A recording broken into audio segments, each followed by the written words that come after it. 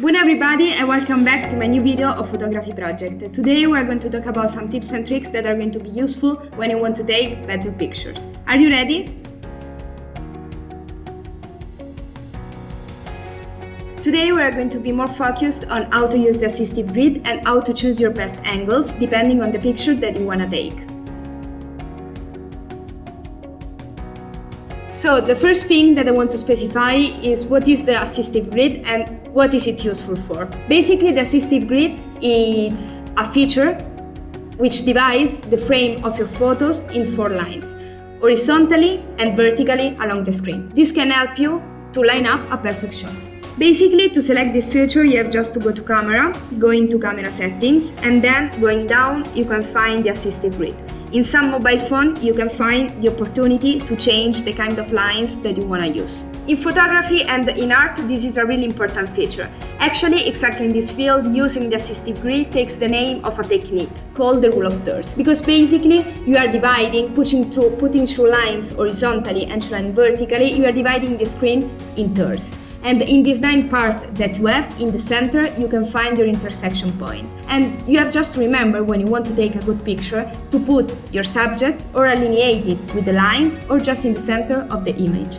Another important composition guide that you can use is the golden ratio. Sometimes this is known as Fibonacci spiral or golden spiral. It looks exactly like this. And why is it useful for a picture? Because the curve will lead the eye of the viewer through the image in a natural way, exactly like in this picture. Basically, you should place the area with more details in, let's say, the smallest part. It will be better to have a subject not in a corner. Then you should try to put the rest of the subject within the curve too. Anyway, to reach a good balance on your picture, you need 5 more kinds of criteria. Are you ready to discover them? The criteria that you might need to know are the symmetrical balance, the asymmetrical balance, the tonal balance, the color balance, and the conceptual balance. Let's analyze just the first 2 of them because they can be easy to reach with the help of your assistive grid. In a symmetrical balance photo, basically, you have to remember that the both sides of the frame have to have equal weight and the subject have to be centered. This is pretty easy to reach with the assistive grid because the lines will guide you.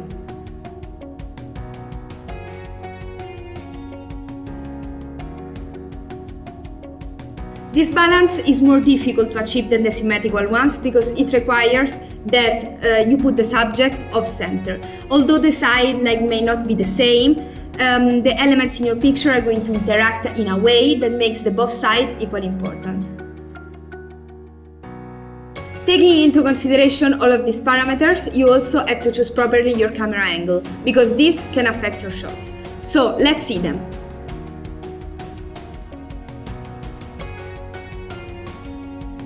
As first, it is important to say that how you position yourself in relation of your subject can really affect your resulting pictures. First things that you have to do, you have to choose your subject and then your camera angle. And this is most important when you're considering to do a portrait.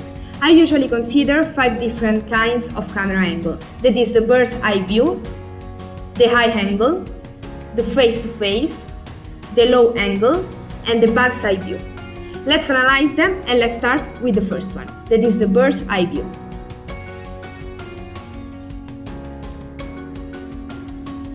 This is the highest camera angle. Basically, it consists in getting up above the scene and looking straight down. From above, you can see all the details of the scene. These are some examples. There is also a very interesting site that shows you some of the best aerial views in the world. I'm going to leave the link below the video.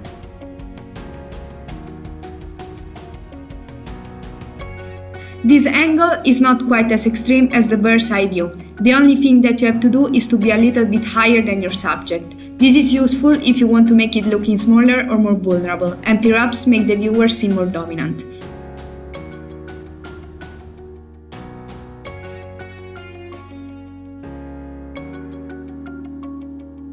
A face-to-face angle is taken at eye level to your subject. This is good because it consists in establishing a perfect connection between the person in your photo and the person viewing it. Here you can find 2 examples of it.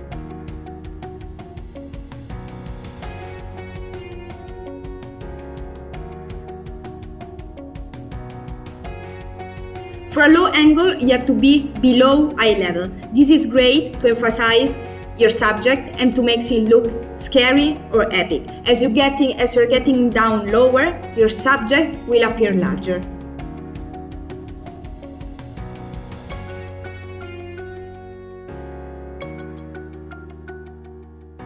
This is a technique that can add an interesting and a creative perspective to your picture.